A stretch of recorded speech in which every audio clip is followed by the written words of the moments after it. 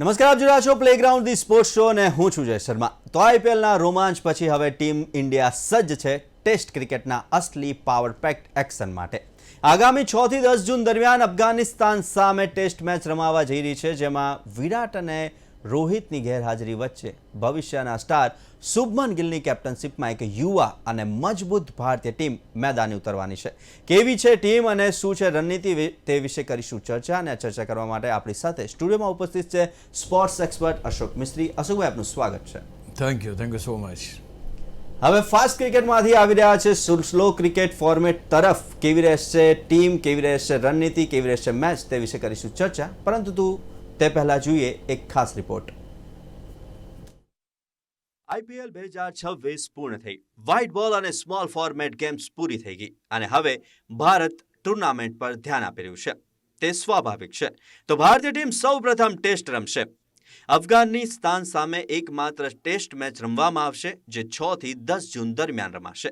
સ્વાભાવિક છે કે ઘર આંગણે મેચ હોય તો નવા ખેલાડીઓને તક આપી ભવિષ્ય માટે તૈયાર કરાય.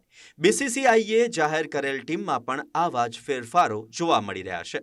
એકમાત્ર ટેસ્ટ મેચની વાત કરીએ તો શુભમન ગિલની કેપ્ટનશીપમાં ગિલ ઉપરાંત યશસ્વી, પડિક્કલ, સાઈ સુદર્શનનો સમાવેશ કરાયો છે, જ્યારે વિકેટ કીપર બેટર તરીકે રાહુલ, જુરેલ અને પંતનો સમાવેશ કરાયો છે. ઓલરાઉન્ડર્સમાં લેફ્ટ આર્મ ઓર્થોડોક્સ બેટર હર્ષ દુબે, તેના જેવો માનવ સુથાર પેસ બોલિંગ ઓલરાઉન્ડર નીતિશ રેડ્ડી અને ઓફ સ્પિનર બેટર વોશિંગ્ટન સુંદરનો ટીમમાં સમાવેશ કરાયો છે. ફાસ્ટ બોલિંગ ડિપાર્ટમેન્ટ બુમરાહ વિનાનું છે. સિરાજ, પ્રસિદ્ધ અને ગુરનુર બ્રાર જેવા ફાસ્ટર અને એક્સક્લુઝિવ સ્પિનર તરીકે કુલદીપ યાદવનો સમાવેશ કરવામાં આવ્યો છે. ભારતે અત્યાર સુધી 598 ટેસ્ટ મેચો રમી છે, જેમાંથી 185 મેચોમાં જીત અને 188 મેચોમાં હારનો સામનો કર્યો છે. ભારતે સૌથી વધુ ઇંગ્લેન્ડ સામે 141 ટેસ્ટ મેચ રમી છે, જ્યારે સૌથી ઓછી ટેસ્ટ મેચ માત્ર એક એ અફઘાનિસ્તાન સામે રમી છે. તો વન ડે ટીમમાં ગિલની કેપ્ટનશીપમાં રોહિત, વિરાટ અને હાર્દિક પણ એક્શનમાં જોવા મળી શકે છે. જો તેઓ ફિટ હશે તો 13, 17, 20 જૂનના રોજ રમાશે 3 વન ડે. અશોકભાઈ, ચર્ચાની શરૂઆત કરીએ તો T20 ફોર્મેટ પૂરું થયું અને હવે ટેસ્ટ અને વન ડે ફોર્મેટ તરફ ભારત આગળ વધી રહ્યું છે. ત્યારે ભારતનો ટેસ્ટ ઇતિહાસ અને વન ડે ઇતિહાસ કેવો છે? સૌથી પહેલાં તો ટેસ્ટ મેચને એક ઓરિજિનલ ક્રિકેટ તરીકે ગણવામાં આવે છે. 1876-75 આસપાસ ઇંગ્લેન્ડ, ઓસ્ટ્રેલિયા આ બંને દેશોમાં શરૂ થયું અને ત્યાર પછી ધીમે ધીમે અન્ય દેશોમાં પ્રસર્યું. આટલા બધા વર્ષોની સફર છે, પણ હજુ સુધી આ પર્ટિક્યુલર ક્રિકેટને જેટલો વ્યાપ જોઈએ એટલો વ્યાપ મળ્યો નથી. ઇન કમ્પેર ટુ જે T20ને એક્સેપ્ટન્સ મળ્યું છે એવું ટેસ્ટને એક્સેપ્ટન્સ મળ્યું નથી. ભારત 1932માં ટેસ્ટનો દરજ્જો એણે મેળવ્યો અને ત્યાર પછી they been playing the test cricket like anything. 598 test મેચો ભારત રમી ચૂક્યું છે. એક સમય એવો હતો કે જ્યારે આપણા 50-50 મીન્સ કે જેટલા મેચો આપણે હાર્યા હતા એટલા જ મેચો જીત્યા, એ પ્રકારની સ્થિતિ હતી. હવે અત્યારે 185માં જીત થઈ છે, 188માં હાર થઈ છે, 224 મેચો ડ્રો થઈ છે અને 30.94% આપણું વિનિંગ રેશિયો છે. વિનિંગ રેશિયો કરતાં બી ખાસ કરીને આ ક્રિકેટની અંદર જે દેશો અત્યારે આ ક્રિકેટ રમી રહ્યા છે, 10 કે 12 જે દેશો છે ગણીને, એ દેશોમાં એક તબક્કો એવો આવ્યો કે ભારત પણ નંબર 1 ટેસ્ટ પ્લેઇંગ કન્ટ્રી થયો હતો. એના જે વર્લ્ડ ટેસ્ટ ચેમ્પિયનશિપની ફાઇનલ તો ભારત 2 વાર રમ્યું છે. એટલે અહીં એમ કહી શકાય કે ટેસ્ટ મેચમાં પણ ભારત વન ડે અને T20 જેવો દબદબો ધરાવે છે, અથવા તો નંબર 1ની પોઝિશન પર તો ચોક્કસ આવ્યું છે. ઓફકોર્સ આપણી પાસે વન ડે વર્લ્ડ કપ છે, T20 વર્લ્ડ કપ છે, પણ હજુ સુધી વર્લ્ડ ટેસ્ટ ચેમ્પિયનશિપ આપણે જીત્યા નથી. સારા પ્રયાસ, બહુ સરસ રીતે રમીને આપણે છેક ફાઇનલ સુધી આવ્યા અને final we lost the matches. એટલે અને બીજું કે ટેસ્ટ મેચનું ક્રિકેટ છે એ ઓરિજિનલ ક્રિકેટ છે, જેમ મેં તમને કહ્યું એ ટાઈમિંગ ઉપર બહુ જ એનો એ નિર્ભર કરે છે આ ક્રિકેટ. અને બીજી સૌથી મહત્ત્વની ક્વોલિટી ઓફ અ બેટ્સમેન આમાં જોવા મળે એ છે ધૈર્ય. અહીંયા તમારી પાસે સમયનો કોઈ બાદ નથી. 5 દિવસની મેચ હોય છે. You can play the longest inning whatever you want to play. 100 run કર્યા છે, 200, 300, 400 means sky is the limit. એટલે અહીંયા આગળ તમારામાં કેટલો દમ છે, તમે મેદાન ઉપર કેટલા ઊભા રહી શકો છો, કેટલી તમારી ક્ષમતા છે, કેટલા તમે શારીરિક રીતે ફિટ છો, એ બધી જ વસ્તુની અહીંયા કસોટી થઈ જાય છે. કારણ કે ઘણીવાર એવું બને કે સામેની ટીમની જો બેટ્સમેનો જામી જાય તો તમારે ફિલ્ડિંગ જ કરવાની હોય છે. બપોર મીન્સ આખો દિવસ એ ફિલ્ડિંગ કરવી તડકામાં, ઇટ્સ વેરી ટફ જોબ. તો કહેવાનું તાત્પર્ય છે કે ધૈર્ય જોઈએ એના માટે. તમારું શરીર મજબૂત હોવું જોઈએ. આ તો બધા 20 ઓવરની મેચમાં તમે જુઓ 4 ઓવર નાખીને તો બોલરો થાકી જતા આપણને જોવા મળે છે. થોડુંક દોડીને આવે તો હાંફતા જોવા મળે છે આપણને. તો અહીંયા આગળ તમારી પાસે ફિટનેસ બહુ જરૂરી છે, because you are going to stay there four 5 days. એમાં તમે બેટિંગ કરો ત્યારે પણ મેદાન ઉપર ઊભા રહેશો અને ફિલ્ડિંગ કરશો ત્યારે પણ મેદાન ઉપર ઊભા રહેશો. એટલે આ એક ડિસન્ટ ક્રિકેટ, જેન્ટલમેન્સ ક્રિકેટ જ્યારથી શરૂ થયું, વ્હાઇટ કપડામાં રમાય, રેડ બોલ ઉપયોગ થાય. અને પહેલાં ઇંગ્લેન્ડ અને ઓસ્ટ્રેલિયા વચ્ચેની એશિઝ શ્રેણીનું બહુ જ દબદબો હતો. ત્યાર પછી ભારત અને પાકિસ્તાનની શ્રેણીઓ જે હતી એ બહુ દિલચસ્પ રહી. ત્યાર પછી અત્યારે ઇંગ્લેન્ડ સામેની શ્રેણીઓ પણ બહુ જબરજસ્ત રહે છે. તો ભારતે પણ પોતાનો દમ બતાવ્યો છે. આ ક્રિકેટમાં બહુ સારું કામ કર્યું છે. સચિન તેંડુલકર, સુનિલ ગાવસ્કર જેવા લેજન્ડ્સ છે આપણી પાસે કે જે ટેસ્ટ ક્રિકેટનું હાર્દ કહી શકાય એવા વ્યક્તિઓ આપણી પાસે છે. તો હું માનું છું કે ટેસ્ટ ક્રિકેટ એ લાંબુ ટકનાર ક્રિકેટ છે. ઘણી વખત આપણને એમ લાગે છે કે આ નવા ક્રિકેટમાં, T20ના ક્રિકેટમાં, ટેસ્ટ મેચના ક્રિકેટને થોડો અન્યાય થાય છે. ઠીક છે, લોકપ્રિયતા વધે ઘટે તો સ્વાભાવિક છે, પણ તે છતાંય આ ક્રિકેટ હજુ પણ એટલું જ આકર્ષક લાગે છે, એટલું જ ડાયનેમિક લાગે છે અને એટલું જ જોવું ગમે એ પ્રકારનું ક્રિકેટ લાગે છે. અશોકભાઈ, ભારતની ટેસ્ટ ટીમમાં ગિલ સાથે હવે યશસ્વી, પડિક્કલ, સાઈ સુદર્શન જેવા બેટર્સ છે અને સાથે જ રાહુલ, જુરેલ અને પંત જેવા વિકેટ કીપર કેટલા મહત્વના. શું આ મજબૂત બેટિંગ લાઇનઅપ બતાવે છે? શું હવે વિરાટ અને રોહિતનું રિપ્લેસમેન્ટ ભારતને મળી ગયું છે? જે we are still searching for the replacement. મળી ગયું છે એમ કહેવું મુશ્કેલ છે, કારણ કે લેજન્ડ્સ જ્યારે રિટાયર થાય છે અથવા તો દે go out of the team, એક મોટો શૂન્યાવકાશ ઉપસ્થિત થાય છે. આજે વિરાટ કોહલી જે રીતે ટેસ્ટ મેચને એપ્લાય કરે છે અથવા તો ટેસ્ટ મેચનો જે એપ્રોચ અને એટીટ્યૂડ એમનો છે એ જબરજસ્ત છે. આટલા બધા રન, આટલી બધી સેન્ચુરી, 100 સેન્ચુરીનો રેકોર્ડ જે છે બધું થઈને સચિનનો, એના પછી આ બીજો આ ખેલાડી છે કે જે એટલી જ સદીઓ દરેક ફોર્મેટમાં સેન્ચુરીઝ બનાવીને કરી રહ્યો છે. ઘણા કારણો હતા ટેસ્ટ મેચમાંથી જવાના અથવા તો દૂર થવાના. એટલે નાવ દે આર નોટ ધેર. તો ત્યાર પછી ભારત રિપ્લેસમેન્ટ શોધી રહ્યું છે. ભારત પાસે એક સારામાં સારું જે પ્લસ પોઈન્ટ છે એ છે એનું ઓપનિંગ બેટિંગ. જે શુભમન ગિલ છે, યશસ્વી જયસ્વાલ છે તમારી પાસે, પડિક્કલ છે તમારી પાસે, સાઈ સુદર્શન છે. યુ ગોટ મેની ઓપ્શન્સ અને બહુ જ સારા ખેલાડીઓ, ઓપનિંગ બેટ્સમેન. એટલે 2-3 જણા જે છે એ બહુ જ સારા અને મજબૂત છે કે જેથી કરીને મિડલ ઓર્ડરની ખરેખર જરૂર એ પડતી નથી. હવે તમે ત્યાર પછી તમારી પાસે KL રાહુલ છે. He is one of the very fine batsman. Open પણ કરી શકે છે, વન ડાઉન પણ રમી શકે છે. એટલે તમારી પાસે ગિલ છે, યશસ્વી છે, સાઈ સુદર્શન છે, KL રાહુલ છે. આવા દિગ્ગજ ખેલાડીઓ તમારી પાસે હજુ પણ છે કે જે ખરેખર ટેસ્ટ મેચ ક્રિકેટને એટલું પ્રાધાન્ય આપે છે. ઓફકોર્સ T20માં પણ સારું રમે છે, પણ કહેવાનું તાત્પર્ય છે કે ભાઈ એ ખેલાડીઓ હજુ બી મજબૂત સ્થિતિમાં છે. ત્યાર પછી તમે ઓલરાઉન્ડર્સ લાવ્યા છો. હર્ષ દુબે છે, નીતિશ રેડ્ડી છે, વોશિંગ્ટન સુંદર છે, માનવ સુથાર છે. તો આ બધા ઓલરાઉન્ડર્સ ખેલાડીઓ તમે લાવ્યા. પણ અહીંયા આગળ ટીમ જોવા જઈએ તો હજુ બી આજની તારીખમાં જે રોટેશન થશે અથવા તો જે ટીમ જેની આજુબાજુ ફરશે એ છે શુભમન ગિલ, યશસ્વી જયસ્વાલ. આ 2 ખેલાડીઓ ઉપર ટેસ્ટ. ખેર અફઘાનિસ્તાન એટલી બધી મોટી ટીમ નથી કે જેમાં આપણને બહુ તકલીફ થાય, પણ ઘર આંગણે આપણે ન્યૂઝીલેન્ડ સામે પણ હારી ગયા છે. એટલે we have to be careful and we have to ensure કે દેટ વી વિન. એટલા માટે અહીંયા આ ખેલાડીઓ છે. ત્યાર પછી તમારી પાસે રાહુલ છે, રિષભ પંત પણ એનો પણ સમાવેશ કરવામાં આવ્યો છે. તો અહીંયા આગળ KL રાહુલને વાઇસ કેપ્ટન બનાવવામાં આવ્યો છે. પહેલાં રિષભ પંત પણ એ સ્થાન શોભાવી ચૂક્યા છે. એટલે ઘણી બધી બાબતો એવી હોય છે કે જે એનો પરિવર્તન આવે, કારણ કે આ વખતે જે રિષભ પંત જે રીતે એનો IPLમાં પણ નિષ્ફળ ગયા છે અને ત્યાર પછી હવે અહીંયા આવવાનું છે, અહીંયા આગળ સારું કરવાનું છે.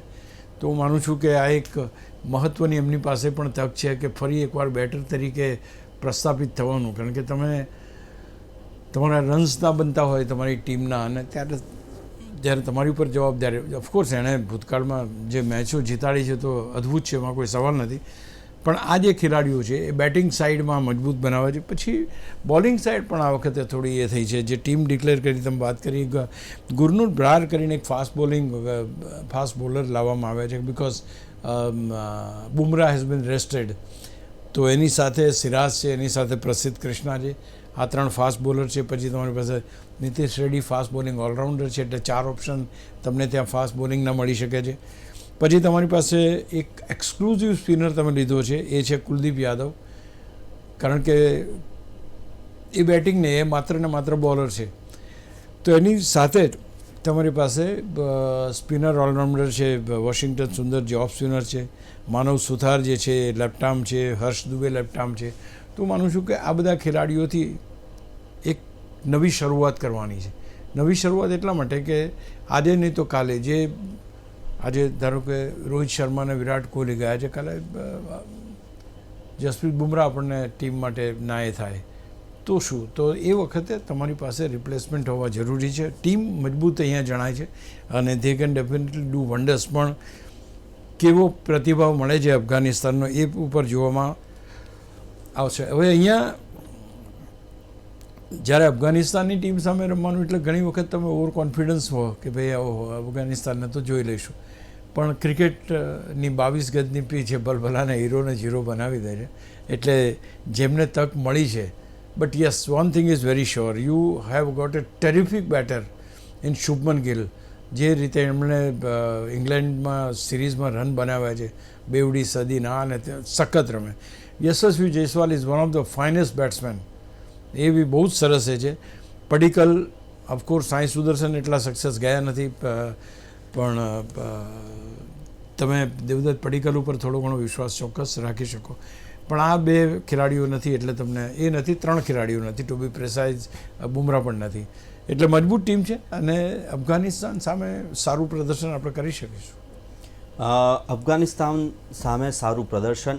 અશોકભાઈ, હર્ષ દુબે અને માનવ સુથારની આપણે જે વાત કરી, લેફ્ટ આર્મ ઓર્થોડોક્સ ખેલાડીઓનો ટીમમાં સમાવેશ કેટલો અગત્યનો રહેશે. સાથે જ રવિન્દ્ર જાડેજા અને અશ્વિન જેવા દિગ્ગજ વિના ભારતને હવે રમવા માટે ટેવાઈ જવું પડશે.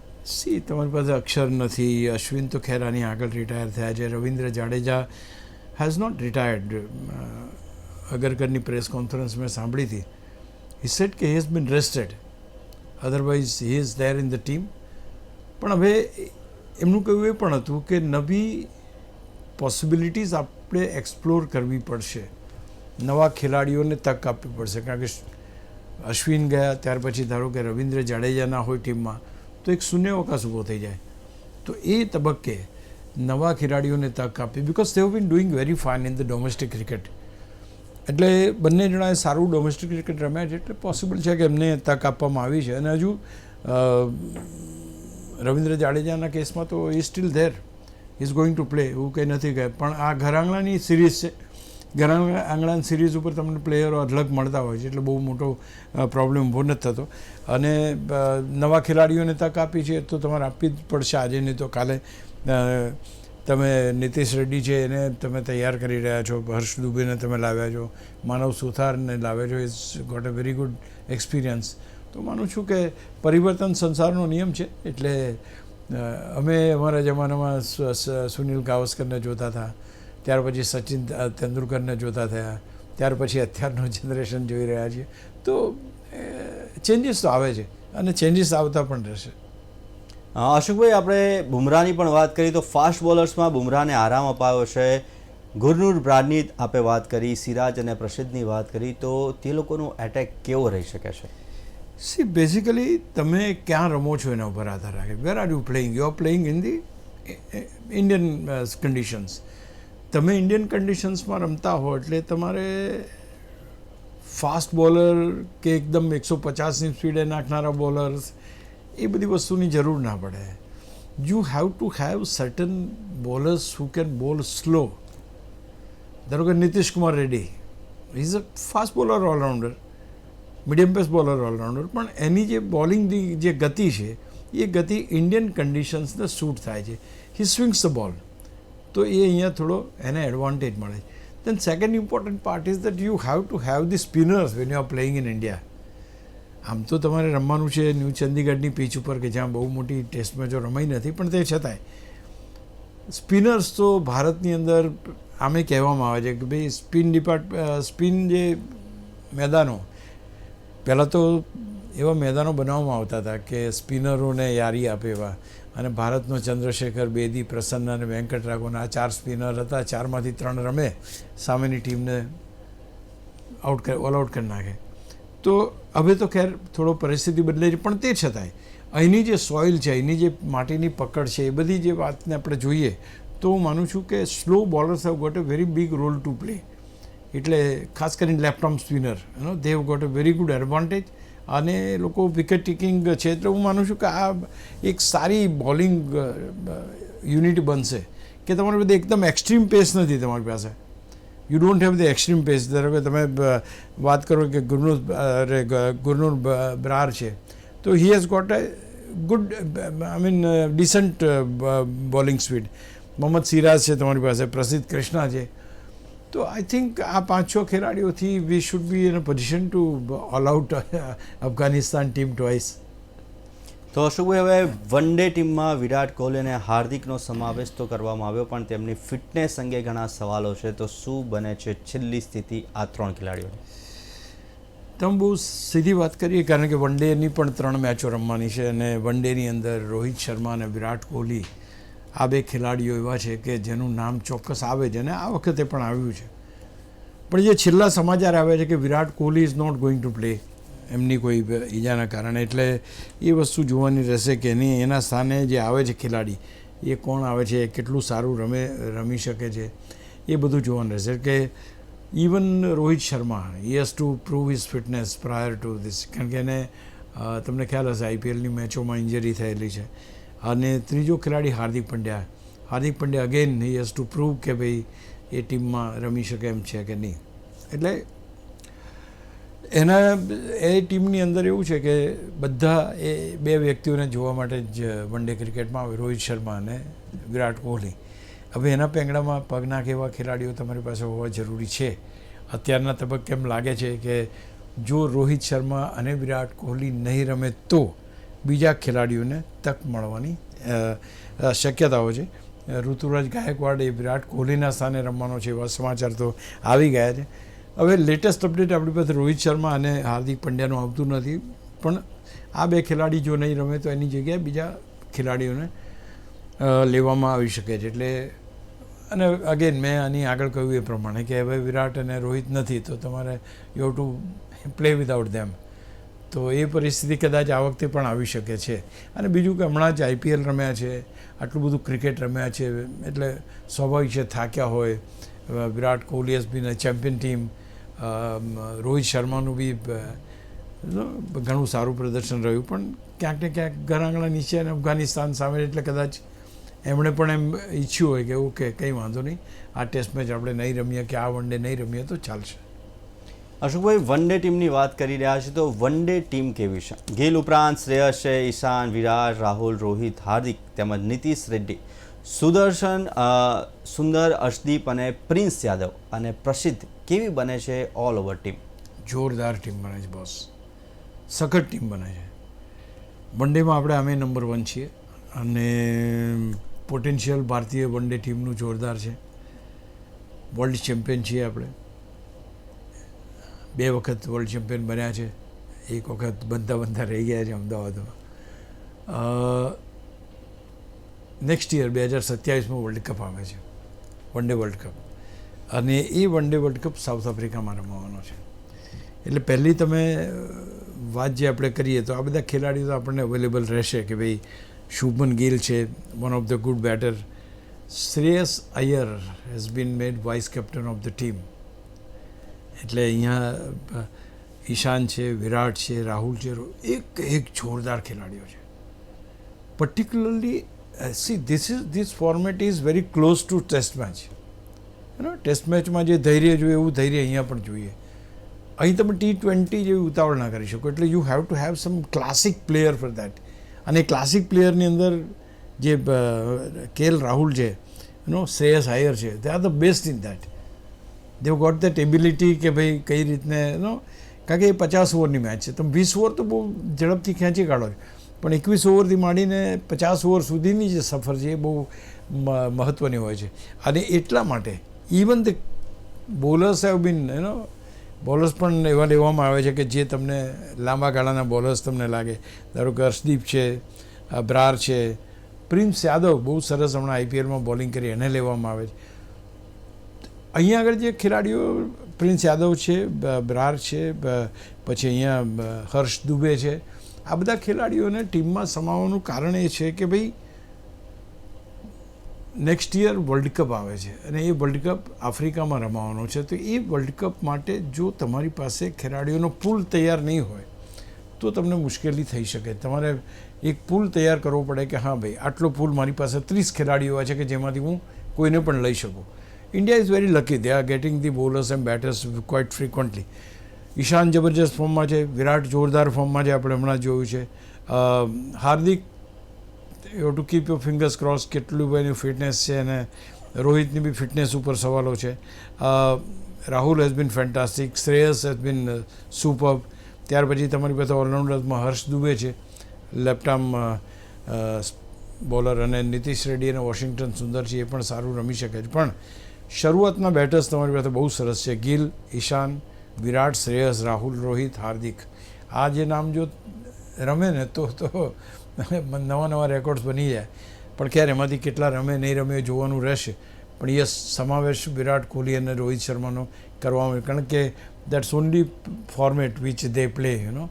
બાકી બધા ફોર્મેટમાંથી તો એ લોકો નવરા થઈ ગયા છે એમ કહે તો ચાલે. Now this is the format which they play. એટલે એવું લાગે છે કે રોહિત શર્મા કદાચ ફિટ હશે તો એ આ ફોર્મેટમાં રમશે, કારણ કે he has to prove his fitness. હવે ફિટનેસ જો પ્રૂવ કરીને રમે તો એ વધારે સારું કહી શકાય એના માટે. અશોકભાઈ, સમયનો અભાવ છે, પરંતુ એક લાસ્ટ ક્વેશ્ચન. શું અફઘાનિસ્તાન તરફથી આપણને કોઈ પડકાર મળી શકે તેમ છે? શું ભારત મજબૂત રીતે જીત મેળવશે? સી, પડકાર તો નથી, કારણ કે they don't have that much practice of test match. આપણે અત્યાર સુધીમાં એમની સામે એક ટેસ્ટ મેચ રમ્યા છે અને જીત્યા છીએ. આ બીજી ટેસ્ટ મેચ રમવા જઈ રહ્યા છે. એક જ મેચની આ સિરીઝ છે. ખેલાડીઓ પણ એવા જ નવા અમુક છે કે જે આપણને કદાચ નામ પણ ખ્યાલ ના હોય. પણ હા, એક વાત ચોક્કસ છે કે ક્રિકેટમાં કશું કહેવાય નહીં, ઇટ ઇઝ ઓલવેઝ અનપ્રેડિક્ટેબલ. તો એટલે તમારે તો જવું એ રીતે જ પડશે કે ભાઈ પહેલાં બેટિંગ કરો, મોટો સ્કોર મૂકો, સામેની ટીમને તમારા બોલિંગથી દબાવી દો અને મેચ જીતી જાઓ. તો એ રીતના પ્રયાસ હશે. હવે જોવાનું એ રહેશે કે બેટિંગ કોની પહેલાં આવે છે, આપણી આવે છે કે એમની, એના ઉપર ખબર પડશે આપણને. પણ yes, we have got a good test team, we have got a very good one day team. અને આ બંને ટીમો એક સારું પ્રદર્શન કરીને આ શ્રેણી જીતવાનો પ્રયાસ કરશે. તો હવે ફાસ્ટ ક્રિકેટમાંથી સ્લો ક્રિકેટ તરફ જઈ રહ્યા છીએ, અને આ ફોર્મેટ બદલાઈ ગયું છે, ટીમ બદલાઈ છે, ટીમની અંદર એમાં પણ ટેસ્ટ અને વન ડેની ટીમ પણ બદલાઈ છે. કેવી રહેશે આ મેચ તે તો આવનારો સમય જ બતાવશે. અશોકભાઈ, આપ અમારી સાથે ચર્ચા કરવા માટે ઉપસ્થિત રહ્યા તે બદલ ખૂબ ખૂબ આભાર. Thank you so much. તો આવી જ રીતના દરેક સ્પોર્ટ્સ ઇવેન્ટ્સના પ્રિવ્યૂ, રિવ્યૂ, એનાલિસિસ અને ડિસ્કશન માટે જોતા રહો પ્લેગ્રાઉન્ડ ધી સ્પોર્ટ્સ શો. નમસ્કાર.